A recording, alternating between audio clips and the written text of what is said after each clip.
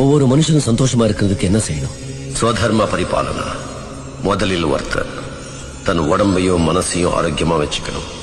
ரெண்டாவது தன் குடும்பத்தை சந்தோஷமா வச்சுக்கணும். மூணாவது தன் சுத்தி இருக்கிறவங்களுக்கு உதவி செய்யணும். உதவி செய்யலைன்னாலும் உபதிரவம் செய்யக்கூடாது. இந்த 3 செய்யறவன் அவனும் சந்தோஷமா இருப்பான், மற்றவங்களாலையும் மதிக்கப்படுவான். உனக்கு இன்னும் ஏதாவது ஆசைகள் இருக்கா? ஒரே ஒரு ஆசைதான் இருக்கு. நான் உங்க முகத்தை பார்க்கணும்.